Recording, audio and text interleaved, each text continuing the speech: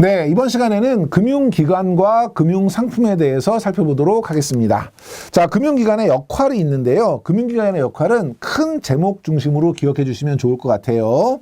유동성을 높여서 자산을 잘 전환할 수 있도록 해주고요. 그래서 수요 공급자의 유동성 요구를 충족함으로 인해서 금융거래를 이제 원활하게 만들어준다, 이런 개념이고, 거래 비용을 절감시키고 위험을 분산시킨다.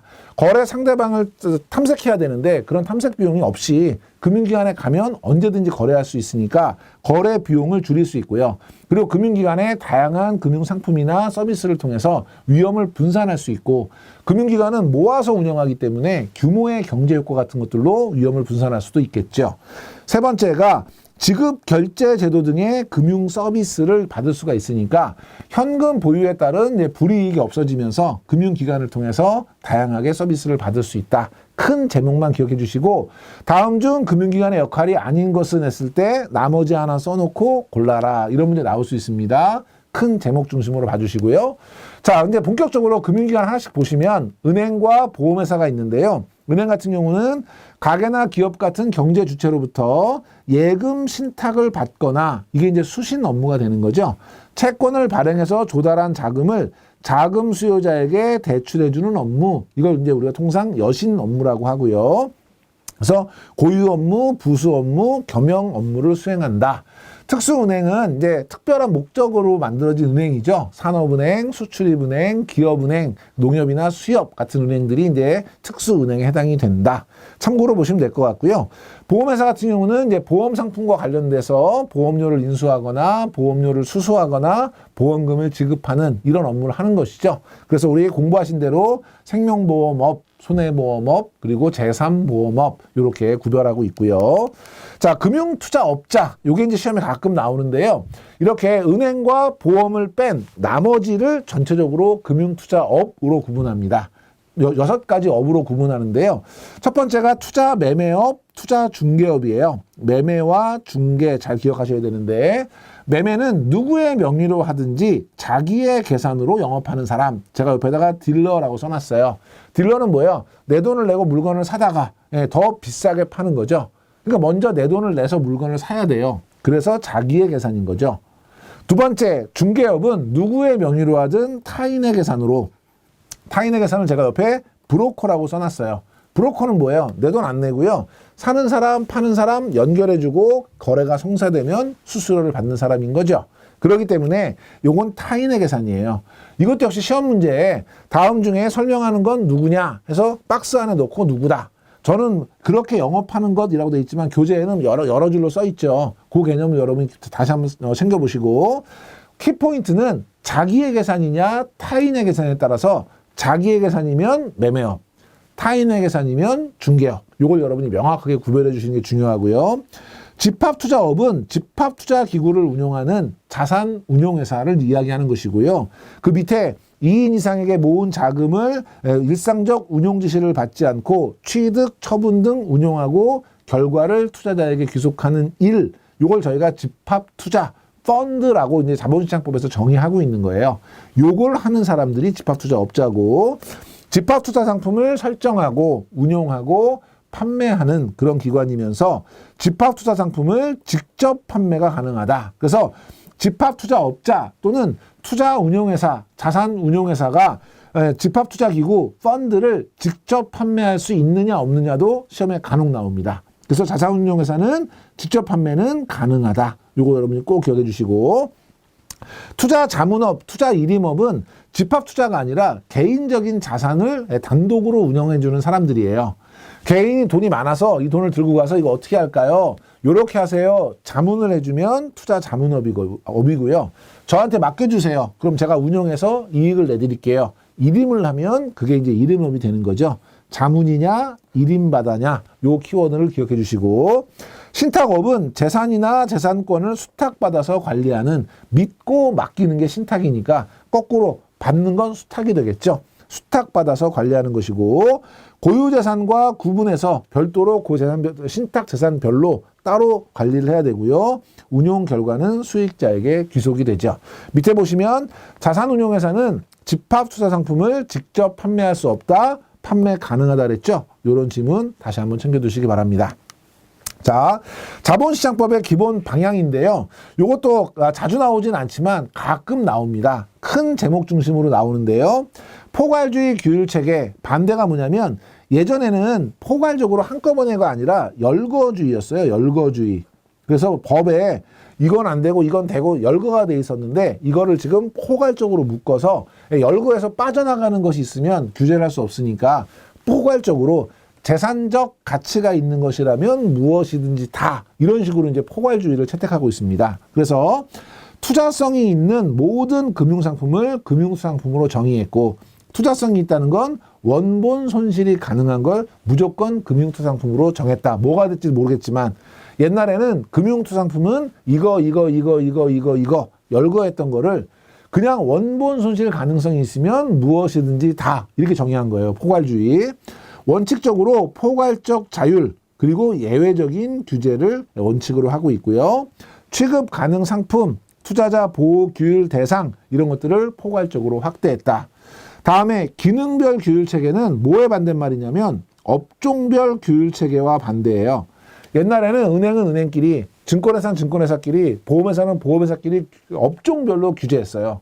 근데 은행에서 무슨 일을 하느냐, 증권회사에서 무슨 일을 하느냐, 그 기능이 뭐냐에 따라서 같은 일을 한다면 은행이든 증권회사든 같이 규제하겠다. 이런 개념이에요. 그래서 업종별이 아니라 무슨 일을 하는지에 따른 기능별로 규율하겠다. 동일한 금융 기능을 동일하게 규율하겠다. 이런 얘기고요. 세 번째, 업무 범위를 확대. 업무 범위 확대 때문에 뭐냐면 앞에서 우리 6개 금융투자업이 있었죠. 투자 매매업자, 투자 중개업자, 그리고 신탁업자, 집합투자업자, 자문업자, 일임업자 6개가 있었는데 이 6개를 한 회사가 다 할 수 있도록 그래서 모든 금융투자업 상호 간의 겸용 또는 부수업의 영위를 허용하고 있습니다. 그렇기 때문에 투자 권유 대행인이라고 해서 보험 판매하시는 분들이 집합투자기구에 대한 권유를 대신할 수 있도록 하는 제도들이 도입이 됐고요. 투자자 보호제도를 선진화한 이유는 이렇게 여러 개 업종을 한 회사가 하게 되면 서로 간에 이해상충이 발생할 수 있거든요. 그래서 그런 이해상충 발생을 해결하기 위한 투자 권유 규제를 도입해가지고 설명 의무라든지 적합성의 원칙, 이해상충 방지 체계 이런 것들을 마련하도록 하고 있어요. 그래서 자본시장법의 기본 방향이 아닌 것은 열거주의 규율 체계, 업종별 규율 체계 이런 것들이 많이 나오고 업무 범위의 축소가 아니라 확대가 되겠죠. 이런 것들 여러분 조심하시고 그래서 옆에 보시면 뭐 업종별 규율 체계라든지 겸용을 엄격하게 금지하고 있다든지 이런 지문으로 표현이 되기도 합니다. 여러분이 4가지 꼭 기억해 주시기 바라고요. 비은행 예금 취급 기간은요, 개념만 여러분이 봐주시면 됩니다. 그래서 얘는 누구냐 정도예요. 그래서 상호저축은행은 대표적인 지역 밀착형 서민 금융기관이죠. 그래서 은행하고 동일한 업무를 하는데 종류도 작고 범위도 제한적이에요. 그러면 금리 같은 걸 높게 줘야 되겠어요? 낮게 줘야 되겠어요? 당연히 높게 줘야 되겠죠.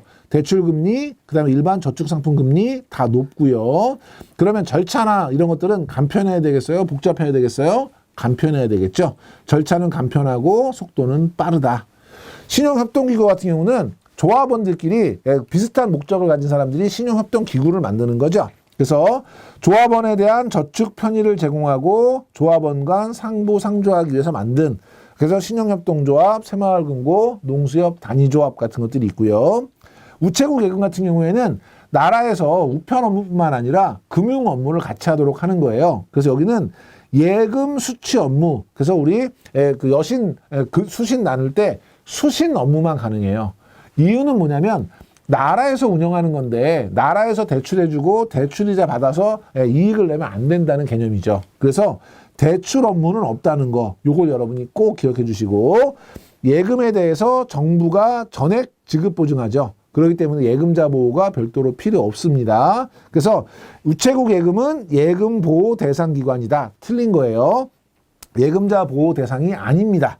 그러면 위험한 거냐? 아닙니다. 나라에서 보증하기 때문에 위험하지는 않다. 이것도 기억해 주시고, 기타 금융기관은요, 여신 전문 금융회사라 그래서 여신 업무만 전담해서 하는 그런 회사들이 있는 거죠. 리스회사라든지 카드회사라든지 할부 금융회사, 신기술사업 금융회사 같은 것들이 대표적이고, 신용카드 회사는 여신 기능 없이 수신 기능만 취급한다. 거꾸로죠. 틀린 거예요. 수신 없이 여신 기능만 취급한다. 기타, 아까 우리 선물, 선도, 우리 인도와 결제하는 거 있죠? 이 선물 상품만 주로 거래하는 것이 선물회사. 증권금융회사나 자금중개사 같은 경우는 금융기관 간에 자금을 이제 중개하는 회사들이고, 유동화 전문회사는 자산 유동화 증권을 거래하는 그런 이제 회사들을 이야기하고, 한국주택금융공사는 공사니까 나라에서 뭐 주택담보대출, 모기지론이라든지 아니면 뭐 주택연금이라든지 이런 다양한 주택과 관련된 그런 금융사업을 하는 공사다. 이것도 여러분이 참고로 봐주시면 되겠습니다. 금융상품으로 가면 내용이 워낙 많기 때문에 여러분이 중요한 포인트 정도 봐주시면 될 것 같아요. 예금은 첫 번째 요구불 예금, 입출금이 자유로운 예금이죠. 그래서 유동성은 가장 높아요. 언제든지 꺼내 쓸 수 있으니까. 유동성이 높으면 뭐가 낮겠어요? 수익성은 가장 낮은 상품이죠. 그래서 당좌예금은 가계수표 또는 가계수표나 당좌수표를 결제하기 위한 그런 예금을 저희가 당좌예금 또는 가계 당좌예금이라고 하고요. 저축예금은 일반적인 우리 흔히 하는 예금이죠. 예치기간이나 금액에 제한이 없는 상품이고, 별단예금 같은 경우는 자기압수표 인출금액을 계리해두는 그런 예금이에요. 그래서 당좌수표는 당좌예금, 그 다음에 가계수표는 가계당좌예금, 자기압수표는 별단예금, 이렇게 여러분이 구별해서 개념만 자주 나오는 건 아닌데 참고로 봐주시고, MMDA는 중요합니다. 시장 실세 금리에 의해서 고금리도 누릴 수 있고요. 각종 이체나 결제 기능이 결합돼서 수시 입출도 가능하면서 높은 수익을 얻을 수 있는 그런 상품이죠. 단기 목돈은 운용에 유리한 상품. 요대로 써놓고 얘는 누구냐 이런 문제 많이 나옵니다. MMDA다. 꼭 기억해 주시고, 저축성 상품은 자금의 단기화가 확산이 되고 있다. 요즘에 긴 거 안 하잖아요. 10년짜리 적금 이런 거 없잖아요. 지금은 단기화가 되고 있고, 거래 조건은 사실상 자유화되고 있고, 예금은 거치식, 적금은 적립식이다. 이 정도만 기억해 주시면 되고요. 시장성 상품, 아까 우리 단기 금융시장에서 거래됐던 CD, 양도성 예금증서, RP, 환매 조건부 채권, 표지어음, 이런 것들이 이제 시장성 상품인데요. 여기서 제일 중요한 거, 제일 많이 나오는 건 얘예요. 얘는 환매라고 해서 중간에 해지를 하는 게 아니고요. 어떻게 해요? 팔죠. 시장에 나가서. 그래서 만기 전에 환매하고 싶으면 해지를 하는 것이 아니라 시장 가격, 시장 수익률로 어디에서? 시장에서 매도를 합니다. 그래서 밑에 있는 지문처럼 창구에서 해지를 한다는 지문 많이 나와요. 아니에요. 시장성 상품은 시장에서 시장 가격으로 매도를 한다. 이거 꼭 기억해 주시고, 특수 목적부 상품은 세제 혜택을 주는 상품이나 청약권이 부여되는 뭐 주택 청약 상품 같은 것들이 있다. 참고로 봐주시면 되겠습니다. 자, 실적 배당 상품 중에 첫 번째는 신탁인데요. 믿고 맡기는 거예요. 그래서 믿고 맡길 때 돈으로 맡기고 돈으로 찾아가는, 요걸 저희가 금전 신탁이라고 합니다. 맡길 때 이렇게 운용해 주세요. 운용 방법을 지시하면 특정 금전 신탁이고요. 알아서 운영해 주세요 하면 불특정 금전 신탁이에요. 그러면 특정 금전 신탁은 이렇게 운영해 주세요라고 지시를 하기 때문에 누가? 위탁자가 운용 대상과 방법을 지정하는 거고요. 불특정 금전 신탁은 알아서 운영해 주세요 하는 거니까 누가? 수탁자, 돈을 맡은 사람에게 위임을 하는 개념이다. 요거만 여러분이 별도로 기억하시고, 신탁은 고유 계정과 분리된 신탁 재산별로 나누어서 별도의 계정으로 운용을 해야 되겠죠. 섞여서 운영하지 않도록. 단기 실적 배당 상품은 MMF, 머니마켓 펀드죠. 우리 단기 금융시장인 머니마켓에 투자하는 펀드입니다. 그래서 가중평균 잔존만기 75일 이내로 환매 수수료 없이 자유롭게 입출금을 할 수 있는 펀드고요. CMA 같은 경우는 종합자산관리 계좌, 캐시 매니지먼트 어카운트예요. 그래서 얘는 수시 입출도 되고, 종합자산관리가 되려면 자금 결제가 돼야 되고 각종 부가 서비스가 제공이 돼야 되는데, 종금형, 지금은 이제 우리가 신규로 이제 만들어지는 게 제한된 종합금융회사라는 것이 있었는데 이 종합금융회사에서 만든 CMA 같은 경우는 실제 예금이에요. 그렇기 때문에 예금자 보호 대상이 되는데 증권회사에서 만든 증권형 CMA 같은 경우는 예금이 아니에요.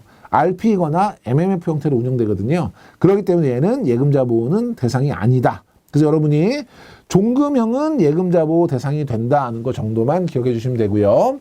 높은 수익률, 소액 결제 시스템 참여 등으로 경쟁력은 높아지고 있다. 입출금이 자유로운 유동성 상품은 은행에서만 판매가 가능하다. 증권회사에서도 판매 가능하죠. 예, 그리고 종금사에서도 판매 가능하고요. 그러니까 이 지문은 틀렸다. 이것도 기억해 주시고. 다음 펀드인데요. 펀드는 증권회사에서도 팔고요. 은행에서도 팔고요. 보험회사에서도 팔아요. 그리고 자산운용회사도 직접 판매할 수 있다 그랬죠. 요거 여러분이 기억해 주시고 시험에는 생명보험회사는 집합투자기구를 판매할 수 없다. 이런 질문 많이 나오고 있으니까 틀렸다. 펀드는 뭐 여러 가지 개념이 있겠지만 시험에 많이 나오는 건 두 가지입니다. 인덱스 펀드. 인덱스 펀드는 종목을 선택하지 않고 시장 전체 평균 수익률, 이게 주가 지수잖아요. 주가 지수가 인덱스예요. 그래서 시장 전체 주가 지수 수익률을 따라가도록 만든 펀드가 인덱스 펀드다. 개념만 잘 기억하시고요. 얘는 누구냐 이런 문제 많이 나오고 상장 지수 펀드는 지수 펀드가 인덱스 펀드잖아요. 결국 얘를 시장에 상장해서 주식처럼 거래할 수 있도록 편리하게 만든 게 ETF, 상장 지수 펀드다. 그래서 거래소에 상장되어서 거래되는 인덱스 펀드다. 이렇게 여러분 기억하시면 되고요. 인덱스 펀드의 단점을 보완한다. 펀드는 우리가 바로바로 결제가 안 되고 뭐 2일, 3일 뒤에 결제가 되니까 유동성을 확대하기 위해서 주식처럼 바로 매도할 수 있도록 만든 것이고 소액으로 쪼개서 분산 투자할 수 있도록 한 것이고 똑같이 인덱스 펀드니까 개별 종목이 아니라 시장 전체에 투자한 것과 똑같은 효과를 낼 수 있으니까 그런 수익률을 원하는 그런 투자들에게 적합하다. 이런 개념입니다. 부동산 투자 신탁은 저희가 흔히 리츠라고 하는 거예요. 리츠는 똑같아요. 근데 이제 관련된 법이 자본시장법에서 운영이 되면 부동산 펀드라고 하고 부동산 투자 신탁 회사법에서 운영이 되면 리츠 부동산 투자 신탁이라고 합니다. 얘는 똑같이 자금을 모아서 부동산을 사거나 아니면 지어서 임대해줘서 임대 수익 얻고 팔아서 매각 차익 내고 이런 식으로 운영하는 거예요. 그래서 불특정 다수의 투자자에게 자금을 받아서 부동산을 매입하거나 개발하거나 관리하거나 처분하거나 그런 관련된 채권이나 유가증권에 투자한다. 여기서 근데 이 개념 박스 쳐놓고 얘는 누구냐? 예, 부동산 투자 신탁이다. 요 문제가 나올 수 있고요. 요 문제 가끔 나오고요. 또 하나 많이 나오는 게 뭐냐면 부동산 투자 신탁은 원금이 보장되는 상품이다. 이런 질문이 의외로 많이 나옵니다. 예, 부동산 투자 신탁은 리츠 똑같아 펀드처럼 똑같이 운영되는 거예요. 그러니까 원금 보장은 하지 않습니다. 그러니까 원금 보장은 되지 않는다는 거 꼭 기억해 주시고 시험에 가장 많이 나오는 것 중에 하나는 요겁니다. 투자 신탁과 투자 회사인데요. 기본 개념을 여러분이 조금 아실 필요가 있어요. 투자자가 있어요. 투자자가 펀드를 사고 싶어요. 펀드는 누가 만드냐면 운용사가 만들어요. 근데 운용사가 앞에서 우리가 뭐 공부했냐면 자산운용회사는 펀드를 직접 판매할 수 있다 그랬죠. 이게 자본시장법에서 그걸 허용한 건데 그 전까지는 업종별로 구별했기 때문에 운용회사는 만들기만 하고 판매를 할 수 없었어요. 지금은 법으로 판매는 가능한데 인프라가 없죠. 지점도 없고 아무것도 없으니까 지금도 판매회사에서 팔아요. 그 판매회사가 아까 우리 공부했었던 증권회사, 은행, 보험회사죠. 그럼 투자자는 판매회사인 은행이나 증권회사, 보험회사에 돈을 내요. 그럼 판매회사가 운용사에게 자기가 운용 안 하니까 돈을 주죠. 그럼 운용회사에서 돈을 받았으니까 은행에다 돈 주면 통장 주고요. 보험회사에 돈 주면 증권 주니까 뭔가 증명서를 줍니다. 그 증명서 이름이 뭐냐면 주신 돈 내가 잘 운용해서 수익이 나면 그 수익을 투자하신 지분만큼 드릴게요 라고 하는 증명서 이름이 수익증권이에요. 그러면 투자자는 수익증권을 갖고 있으니까 수익을 배분받을 수 있는 권리가 있는 사람이죠. 그래서 그 사람은 수익자가 되는 거예요. 그런데 이 운용회사가 자기 고유계장과 섞어서 다른 짓을 하지 못하도록 신탁회사에 맡기고 있거든요. 그 신탁회사에 돈을 맡겨서 신탁회사에서 그 운용 지시에 따라서 운용하는 것이 기본적인 투자 신탁이라고 하는 그런 펀드예요. 이 투자 신탁은 각각 서로 간의 계약 관계, 믿고 맡기는 신탁 관계로 이루어져 있는 펀드입니다. 그렇기 때문에 발행증권은 수익증권이고 투자자는 수익자가 되고, 요거는 감독기관의 감독이 필요하죠. 왜냐하면 이 계약을 이행하지 않으면 누구라도, 그러면 이 거래가 성사가 되지 않고 피해자가 생길 수 있으니까 감독이 필요하고, 얘도 펀드니까 기본적으로 자본시장법, 그런데 신탁관계로 이루어져 있으니까 신탁법이 적용이 되는 거고요. 얘는 다 좋은데 뭔가 법인격이, 대표격이 있어야 되는, 예를 들면 부동산 같은 걸 살 때 명의가 있어야 되잖아요. 그러면 고객 명의로 사면 투자자가 막 수천만 수백만인데 그 사람들을 다 등기부에 쓸 수가 없으니까, 왜냐하면 여기는 대표격이 없이 서로 신탁 계약으로만 돼 있으니까, 이렇게 뭔가 대표격이 있어야 되는 자산에 투자를 할 때는 가짜로 주식회사를 하나 만들어요. 주식회사를 페이퍼 컴퍼니로 세무서에 가서 사업자 등록증만 내는 거예요. 그리고 회사가 생겼죠. 그러면 투자자가 형식적으로 어디에 투자하냐면 주식회사에 투자해요. 주식회사에 투자하면 돈을 줬으니까 증명서를 줘야 되죠. 주식회사에 투자하면 뭐 줘요? 주식을 주겠죠, 주식을 주면 그 주식을 가지고 있는 투자자는 지위가 뭐가 되는 거예요? 주주가 되는 거죠. 그러면 이 펀드가 부동산에 투자한다. 누구 명의로 사요? 이 주식회사 명의로 사면 되죠. 세금 주식회사가 내고, 그러면 아까처럼 계약관계가 이루어졌을 때 못했던 투자를 할 수 있어요. 그런데 문제는 얘는 페이퍼 컴퍼니인데 이걸 어디서 사요? 이 회사가 판매회사를 지정합니다. 그러면 투자자가 판매회사에 돈을 내는 거죠. 누가 운영해요? 운영회사가 운영합니다. 그러면 판매회사가 운영회사에 돈을 주는 거죠. 그러면 이 운영회사가 장난하지 못하도록 신탁회사를 지정합니다. 그러면 신탁회사에다가 돈을 맡겨요.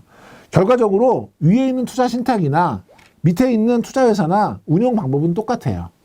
가운데 주식회사가 있느냐 없느냐의 차이고요. 그렇기 때문에 이거는 회사에 투자한 거라서 상법의 규제를 받고요. 얘는 어차피 펀드이기 때문에 자본시장법의 규제를 받고요. 얘는 회사에 투자한 거기 때문에 우리 주식에 대한 규제 별로 없잖아요. 주주에 대한 자율 규제로 운영된다. 그 개념이에요. 헷갈릴 수 있기 때문에 여러분이 이거를 외우려고 하면 어려워서 이 부분은 제가 좀 자세하게 설명을 드렸고요.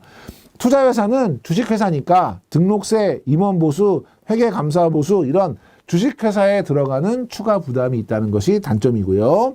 수익증권은 투자 원금이 보장되는 상품이다. 원금 보장은 되지 않습니다. 그 개념도 기억해 주시고, 여신상품은 대출인데요.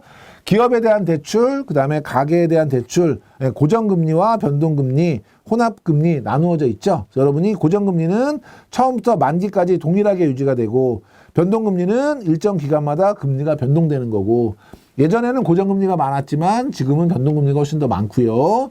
변동금리는 기준금리 플러스 가산금리, 그래서 뭐 플러스 0.5% 이런 식으로 하잖아요. 이 기준금리가 되는 게 옛날에는 CD금리 많이 썼었는데 요즘에는 코픽스라는 거 많이 사용하고 있죠. 코픽스의 정의도 여러분이 꼭 교재에서 확인해 주시고, 혼합금리는 고정금리와 변동금리가 섞여 있는 거다. 개념만 봐주시면 됩니다. 예적금 담보대출은 담보 대상이 되는 예적금보다 낮은 금리를 적용받는다. 예금금리보다 대출금리가 낮진 않죠.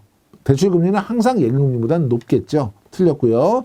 과거에는 변동금리를 주로 적용했는데 최근에는 고정금리 비중이 높다. 바뀌었죠. 과거에는 고정금리가 많았는데 최근에는 변동금리가 많고요. 자금 조달 비용 지수 코픽스가 있는데요. 이 코픽스의 기본 개념, 그래서 2010년 2월 이후에 주택담보대출의 기준금리로 사용이 되고 있고요. 은행연합회가 8개 은행이 제공한 자금 조달 정보를 기초로 산출하고, 그래서 단기 코픽스 같은 경우는 매주 3영업일 15시에 공시한다. 요거는 교재에 보면 얘가 코픽스입니다 라고 하는 정의가 한 서너 줄 있을 거예요. 그 정의 박스에 넣어놓고 얘는 누구냐? 코픽스다. 이게 가장 시험 문제 많이 나옵니다. 요거 다시 한번 정리해 두시기 바랍니다. 자, 이번 시간 이렇게 정리하시고요. 다음 시간부터는 이제 우리 주식시장의 이해 계속해서 살펴보도록 하겠습니다.